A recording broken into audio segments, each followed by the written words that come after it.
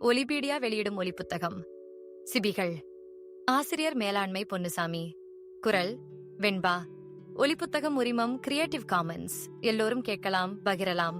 இந்த மின்னூலுக்கு பங்களித்த சிறுகதைகள் இணையதளத்திற்கு நன்றி. விடிந்த அரவத்தில் முழிப்பு தட்டிய மயிலப்பனுக்கு தலை விண் நின்றிருந்தது. பாறையாக கனத்தது. கெட்ட கெட்ட கனாக்கள் நிறைய கண்ட களைப்பு. தீப்பிடித்த மாதிரி கண்கள் எரிந்தன. நாசிக்குள் வெப்ப அலைகள். காய்ச்சலாக இருக்குமோ? அவன் மார்பில் கை வைத்து பார்த்துக் கொண்டான். நெருப்பாக தகித்தது. எழுந்திருக்க முயன்றான். முடியலே. அப்படியே கிடக்க வேண்டும் போல ஒரு அயற்சி. மூச்சு பிடித்துக் கொண்டு எழுந்தான். மூட்டுக்கு மூட்டு வலி, இடுப்பை சுற்றி கடுகடுப்பு, தொடைச்சதைகளில் முறுக்கி பிழிகிற வலி. அப்படியே குத்து காலிட்டு சுவரில் சாய்ந்து கொண்டான். பெருமூச்சு விட்ட போது நாசித் துளைகள் காந்தல் எடுத்தது. இது என்ன கடவுளே? உறங்கி முழிக்கிறதுக்குள்ளே காய்ச்ச வந்து பேய அமுக்கி கிடுச்சு. பன்னிகளை பத்தணுமே, எப்படி மேய்க்க போறது? ஏலாது போலிருக்கே. பங்குனி மாசம் வலுத்த கோடை, மழை தண்ணி இல்லாமல் வறண்ட கோடை. இந்த காலத்தில் இப்படி கூதல் நடுக்குகிறதே. மார்கழி மாசம் மாதிரி. விரித்திருந்த பழைய கிழிந்த சேலை துணியை எடுத்து மூடிக்கொண்டான். கொக்கு நோய் கண்ட கோழி மாதிரி தலையை தொங்க போட்டுக்கொண்டு அப்படியே உட்கார்ந்திருந்தான். குடிசைக்கு வெளியே கூட்டுக்குள் பன்றிகளின் இரைச்சல் நேரம் தப்பிவிட்டதால் ஒன்றையொன்று கடிக்கிறதோ? அவன் மனசுக்குள் பன்றிகளின் உருமல்களும் அலறல்களும், குட்டிகளின் கீச்சிடல்களும். பன்னிகளை திறந்து விடணுமே, என்ன செய்யறது? மகளை கூப்பிட நினைத்தான். உதடுகள் காய்ந்து வெடித்து கிடந்தன. வாயில் வறட்சி, நாவெல்லாம் கசப்பு. சிரமப்பட்டு வாயை திறந்தால் உயிரும் உஷ்ணமும் வெளியேறுவதைப் போன்ற பிரமை. செந்தட்டி, செந்தட்டி. அவ்வளவு சத்தமிட்டு அழைத்ததில் அயர்ச்சி. கண்களை மூடிக்கொண்டான். இமைகளின் அழுத்த உரசலில் மெல்லிய சுகம். காய்ந்த தலையை சொரிந்து கொண்டு தூக்க அசதியோடு வந்து நின்றாள். சிறுமி, 10 வயசுக்கு மீறாத அரும்பு. சாயம் போய் கிழிந்த பாவாடை உடலில் ஒட்டியிருந்தது. இந்த சின்னஞ்சிறுசு இத்தனை பன்னிகளையும் எப்படி கவனிச்சு மேய்ச்சிடும்? விளையாட்டு போக்கில் கவனம் பிசகிட்டா ஏதாச்சும் தப்பு வந்து சேருமே. ஆனால் வேறு கதி இல்லையே. மகராசி போன வருஷம் போய் சேர்ந்துட்டாள். வரிசையாய் 4 புள்ளைகளை பெத்து பெத்து சாவின் கையில் பறிகொடுத்தவள் 5ஆவதை பெறுகிற போது புள்ளையோடு சேர்ந்து அவளும் பறிபோயிட்டா. பிரசவத்திலே கஷ்டம் வந்துட்டா. இந்த பட்டிக்காட்டுல என்ன வைத்திய வசதி இருக்கு? ஒரு ஆசுபத்திரியோ, ஒரு டாக்டரோ, ஒரு இழவும் கிடையாது. பொழைச்சு எந்திரிச்சா சாமிக்கு பொங்கல் வைக்கிறது. போய் சேர்ந்துட்டா விதியை சொல்லி புலம்ப வேண்டியது. வேற என்ன செய்ய? அவ கண்ணை மூடுன அன்னிக்கே நானும் போய் சேர்ந்திருக்கணும். முடியலையே. எப்படி முடியும்? தாயிலாத இந்த பச்சை மண்ணை நாதியத்தை அனாதையாக்கிட்டு நாம மட்டும் எப்படி கண்ணை மூடுறது? என்ன ஐயா? செந்தட்டியின் 3ஆவது அழைப்பு குரலில் தலையை தூக்கி மகளை பரிவோடும் பச்சாதாபத்தோடும் பார்த்தான். நாவால் உதட்டை ஈரமாக்கிக் கொண்டான். ஐயாவுக்கு காய்ச்சலா இருக்கு. எந்திரிக்க கூட முடியல. பன்னிய பத்திக்கிட்டு போய் மேய்ச்சிட்டு வா. என்ன? சின்ன உடம்பை 7 கோணலாக வளைத்தாள். முகத்தில் செல்லச் சினுங்கள் மறுக்கிறாள். மனிதர்கள் உட்கார்ந்து கொண்டிருக்கிற ஓடைக்காட்டில் போக அவளுக்கு இஷ்டமில்லை. காய்ச்சல் வெறியில் இந்த சின்ன மறுப்பை கூட சகித்துக் கொள்ள முடியவில்லை. சண்டாளமாக வந்த கோபத்தில் மட்டியை கடித்தான். ஆத்திரத்தில் கண்களை விரித்தான். மனசுக்குள் ஒரு சின்ன மனித நேய குரல். பாவம் தாயில்லா பிள்ளை, பச்சை மண்ணு. கடித்த அடி உதட்டை விடுவித்தான். பார்வையில் கனிவை வரவழைத்துக் கொண்டான். குரலை மிருதுவாக்கிக் கொண்டான். ஐயாவுக்கு முடியலேம்மா. பன்னி கத்துது பாரு. பத்திக்கிட்டு போம்மா. சொன்னதை கேளு. நல்ல புள்ளை இல்ல நீ. அடுத்த மாசம் பொங்கலுக்கு புதுச்சட்டை தைச்சு தாரேன். என்ன? சரி. முகத்தில் பயத்தின் வாட்டம். சம்மதிக்காத மனதோடு சம்மதித்தாள். கூட்டை மறைச்சிருக்கிற பலகை கல்லை நகர்த்தி வச்சிடு. கூடையை கையிலே எடுத்துக்க. சாணி பொறுக்கணும்லே. வெள்ளாமையிலே தப்பி விழுந்துராம பாத்துக்கோ. அந்த சலவனும் வால் வெள்ளையும் கள்ளத்தட்டிலேயே திரியும். அதுகளை கவனிச்சுக்கோ. என்னம்மா? சரியா? அவ்வளவு பேசிய களைப்பில் கழுத்து வலிக்க மறுபடியும் தலையை தொங்க போட்டுக்கொண்டான். கண்களை மூடிக்கொண்டான். மூடிய இமைகளுக்குள் வர்ண வர்ணமாய் ரேகைகள் மிதந்தன. அகலக்கல்லை முக்கி புரட்டுகிற சப்தம். விடுதலையான களிவெறியில் சப்த இரைச்சல்களோடு ஓடுகிற பன்றிகளின் சப்தம். பன்றிகளை அதட்டிக்கொண்டே ஓடுகிற செந்தட்டியின் காலடி சப்தம். கிராமத்தின் விளிம்புகளாக ஊரைச் சுற்றிலும் ஓடைகள். மழை நாள் தவிர மற்ற நாட்களில் நீரோட்டமில்லாத ஓடைகள். சில இடங்களில் பாறைகள், சில இடங்களில் மணல், சில இடங்களில் கரிசல், இன்னும் சில இடங்களில் பொட்டல் தரைகள். ஆனால் எல்லா இடங்களிலும் வஞ்சனை இல்லாமல் அடர்த்தியான வேலிச் செடிகள். இந்த ஓடைகள் தான் கிராமத்து மக்களுக்கு திறந்த வெளிக்கழிவறைகள், காற்றோட்டமான கழிவறைகள். மனிதர்கள் அவஸ்தையோடு கழித்துவிட்டு போகும் அசிங்கத்தை வாலையாட்டிக் கொண்டு ஆவலோடு வாரித் தின்று கொண்டே பன்றிகள். ஓடைகளை சுற்றிவிட்டு கூடு வந்து சேர மணி 10க்கு மேலாகிவிடும். முதலாளி, நல்ல ஸ்ட்ராங்கா ஒரு டீ கொடுங்க. என்னப்பா மயிலு, ஆளு ரொம்ப அசந்திருக்கிறே. நேத்து சாயங்காலம் தண்ணி சாஸ்தியா? தண்ணிக்கு வழியேது முதலாளி. என்னமோ தெரியலே, ராவோட ராவா வந்து காய்ச்சல் அமுக்கிக்கிடுச்சு. உசுர் போற மாதிரி மேலெல்லாம் வலி, மண்டைக்குத்து. நீங்க குடுக்கிற டீலே தான் காய்ச்ச விடணும், பண்ணி பத்த போவணும். இந்த அடி கஷாயமா இறக்கியாச்சு, உதட்லே ஓட்டும். வெள்ளை மாத்திரையை வாய்க்குள் போட்டு டீயை உறிஞ்சினான். மாத்திரை தொண்டைக்குள் சிக்கிக் கொண்டது. முகத்தை கோணி, கண்களை சுருக்கி, வாயை அழுந்த மூடி, அப்பாடா, ஒரு வழியாக உள்ளுக்குள் இறங்கிவிட்டது. டீயை குடித்தான். வழக்கம் போல் பீடியை பற்ற வைத்தான். பீடி புகை ஒவ்வவில்லை. வாயெல்லாம் கசந்து அழறியது. பீடியை தரையில் தேய்த்து எறிந்தான். வெளியே வந்து வெறுப்புடன் எச்சிலை துப்பினான். உள்ளுக்குள் இறங்கிய டீயில் உடம்பு கதகதப்பாகியது. சீலை துணியை மூடிக்கொண்டு முட்டங்காலை கட்டிக்கொண்டு உட்கார்ந்தான். நேரம் என்ன இருக்கும்? ஒரு கொள்ளைக்காரனைப் போல் பேய் வேகத்தில் வந்து வட்டமடித்து நின்றது பால் லாரி. வெற்று கேன்களை இறக்கிவிட்டு பால் நிரம்பிய கேன்களை ஏற்றிக்கொண்டு வந்த வேலை முடிந்த திருடனைப் போல் வெறி வேகத்தில் புறப்பட்டு போய்விட்டது. இந்த பால் லாரி ஊருக்குள் வரத் துவங்கிய பிறகு பிள்ளைப்பால், ஓசி மோர் உறவுக்காரர்களுக்கு வெண்ணெய் தருதல் என்ற வழக்கங்கள் எல்லாம் ஒரு காலத்து விஷயமாக ஆகிவிட்டன. பாலில் லாரி வந்து திரும்பினால் மணி 7:30 என்று அர்த்தம். இம்புட்டு நேரத்துக்கு செந்தட்டி எங்கே போயிருப்பாள்? முத்தையா நாடார் புஞ்சைக்கு நேராகவா? ரெங்கசாமி நாயக்கர் புஞ்சைக்கு நேராகவா? பாவம் சின்ன புள்ளை, கவலைன்னா என்ன, வேலைன்னா என்னன்னு தெரியாம தெருப்புழுதியிலே வீடு கட்டி விளையாட வேண்டிய வயசு. பெரிய மனுஷியை போல வீட்டு பொறுப்பேத்து, சட்டி பானை கழுவி, விறகு பார்த்து, அடுப்பு புகையிலே அல்லாடி, சோறாக்கி, காப்பி போட்டு, ஆணம் காய்ச்சி, எல்லாம் விதி கொடுமை. ஏதோ நொண்டி வீரன் சாமி புண்ணியத்திலே இந்த ஒரு பொட்ட பிள்ளையாச்சும் தப்பி பிழைச்சு தங்கி இருக்கிறதுனாலேதான் நாம ஒரு குடும்பங்கிற அந்தஸ்திலே இருக்கோம், வீடு வாசலோட இருக்கோம். இந்த அரும்பு இல்லைன்னா நான் ஒண்டி கட்டையா, புறம்போக்கா, தண்ணி குடுக்க கூட நாதியத்த அனாதையாகத்தான் அலையணும். மயிலப்பன் அயற்சியோடு கண்களை மூடி இறுக அழுத்திவிட்டு திறக்கையில் இமை ரோமங்கள் ஈரத்தில் நனைந்திருந்தன. நோய்வாய்ப்பட்ட நேரத்தில்தான் எந்த இழப்பும் பூதாகாரமாக தெரியும். மயிலப்பனுக்கும் மனைவியின் இழப்பு எந்த நேரத்தையும் விட இப்போது பெரிதாக தோன்றியது. கொதிக்கிற நெற்றியை தொட்டு பார்க்கிற ஈரமான கைகள் இல்லை. ஐயையோ, காய்ச்சதியா புரியுதே என்று பதறித் துடிக்கிற அந்த இதயம் இல்லை. படுத்திரு, 10 அரைச்சு போடுதேன், கசாயம் காய்ச்சித்தாரேன் என பதைத்துப் போய் பரபரத்துத் திரிகிற அந்த பரிவு, அன்பு, உறவு இல்லை. எம்புட்டு பெரிய இல்லை, சூன்யத்தையே சுழலாக்கிவிட்ட குரூரமான இல்லை. அட பாதரவே, எந்த மனுஷனுக்கும் வாய்த்துவிடக் கூடாத கொடுமையான இல்லை. உடம்பெல்லாம் வியர்த்து விட்டதை கொஞ்ச நேரம் கழித்தே உணர்ந்தான். தலைமுடிக்குள் வியர்வை, கசகசப்பு, கனம் குறைந்துவிட்டது. நாசிக் காந்தல், எரிச்சல் எல்லாம் மட்டுப்பட்டிருந்தது. சீலை துணியால் நெஞ்சு, முகம் எல்லாம் துடைத்துக் கொண்டான். துணியை தலையை சுற்றி கட்டிக்கொண்டான். மேய்ச்சல் தளத்துக்குப் போகலாம் என்ற நினைப்பில் வீட்டுக்குப் போய் குச்சியை எடுத்துக்கொண்டான். ஊரையொட்டி நடந்தான்.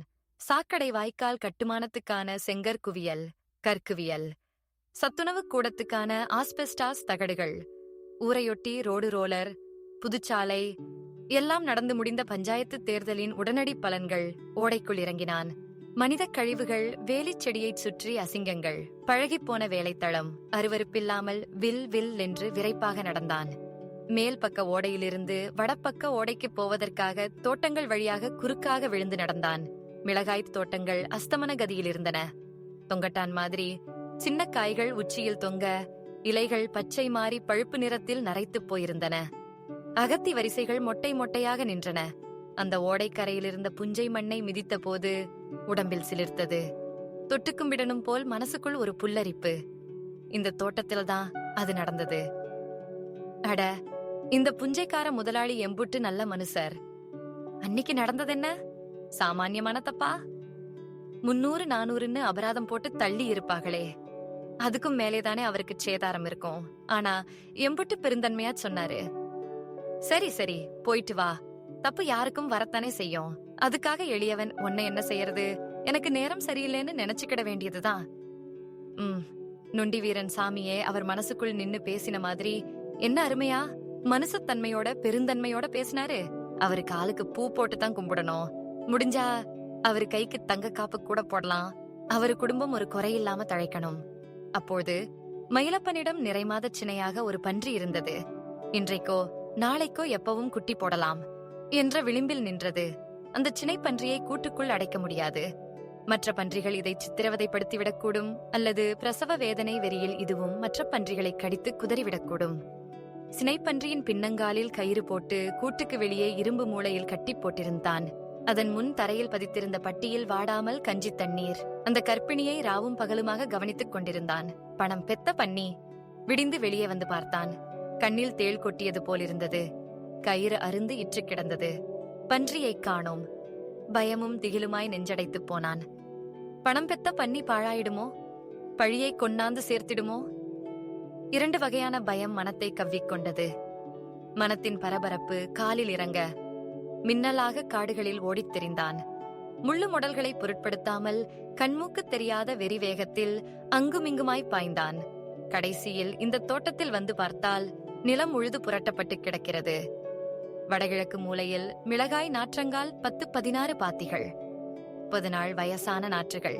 பிறந்து 4-5 நாளான கோழி குஞ்சுகளைப் போல் மென்மையா, அழகா, சின்னன் சிறுசா, அடர்த்தியான இளம்பசுமையாய். நாற்றங்கால் முழுவதும் சினைப்பன்றி உருண்டு புரண்டு குரூரமாக நாசக்காடாகி கிடந்தது.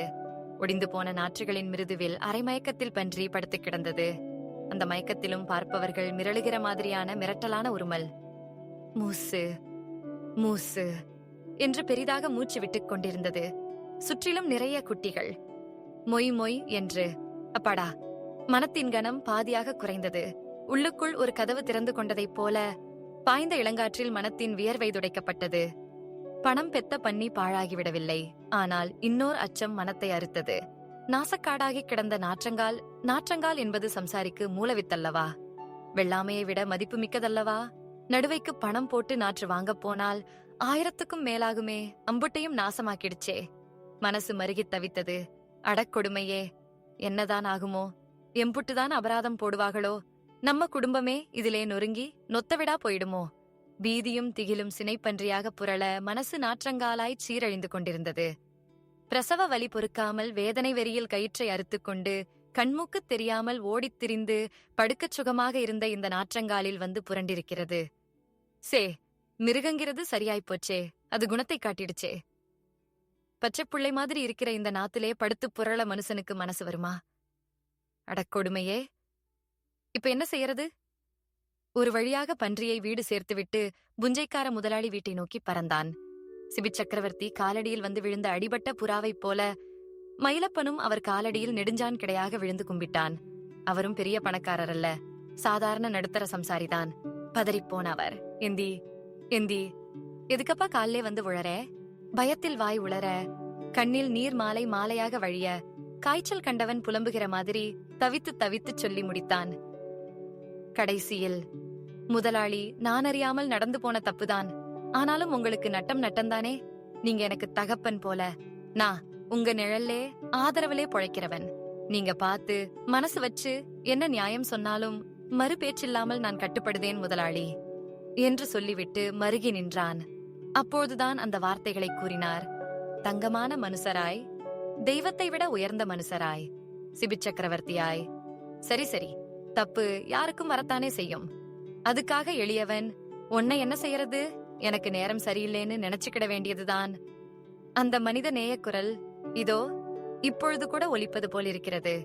நெஞ்சுக்குள் ஒரு சிலிர்ப்பு, தேகமெல்லாம் புல்லரிப்பு. அடடா, எம்புட்டு அருமையான மனுஷர்னா இவருதான் மனுஷர். அந்த தோட்டத்தின் சரிவில் இறங்கி மயிலப்பன் ஓடைக்குள் விழுந்தான். முள் செடிகளுக்கு மத்தியில் ஊடுருவி கிழக்காகச் செல்கிற போது நிமிர்ந்து பார்த்தான். கருமையாக நிறைய மேகங்கள். கல்யாணமாகி இன்னும் கர்ப்பம் தரிக்காத பெண்ணை போன்ற மேகங்களாக மாறவும் செய்யலாம், மலட்டு மேகங்களாக போய்விடவும் செய்யலாம். எல்லாம் அடிக்கிற காற்றை பொறுத்த விஷயம். காலை சூரியனின் கோடை கிரணங்களை தவிர்க்க கையால் கண்ணுக்கு குடை அமைத்து பார்த்தான். செந்தட்டி கண்ணில் தட்டுப்படவே இல்லை. குச்சியை கக்கத்தில் இடுக்கிக் கொண்டு மனித கழிவுகளிடையே நடந்தான். தெற்காக திரும்பிவிட்டான். ஓடையிலேயே அதோ அந்த இடம் பெரும் பள்ளம். ஆள் நின்றால் தலை தெரியாத ஆழம். அந்த தங்கமான மனிதருக்கு அந்த இடத்திலும் ஒரு துண்டு புஞ்சை இருக்கிறது. ஓடையின் ஆழமான இடத்தை தாண்டிய மேட்டில் பன்றிகள் மேய்வது தெரிந்தது. செந்தட்டி எங்கே? விளையாட்டு போக்காக எங்காச்சும் நிக்காளா? பன்னிகளை தன் போக்கில் விட்டுவிட்டு கவனப்பிசகாக இருக்காளா? மயிலப்பனுக்குள் ஒரு சின்ன உதைப்பு நடையை எட்டி போட்டான். 10 அடி தூரத்தை துடியாய் கடந்திருப்பான். மகளின் கதறல் துல்லியமாக கேட்டது. மனசுக்குள் திக்கென்றது. ஐயையோ, ஐயையோ, அம்மா, ஐயா, ஐயையோ, வலிக்கே. வலி தாழாமல் துடித்தலறுகிற தனது ரத்தத்தின் குரல், தாயில்லா பிஞ்சின் அவலக்குரல். அவனது குலை பதறியது. ஈரக்குலையை பிடுங்குவதைப் போன்றதொரு திகிலுணர்வு.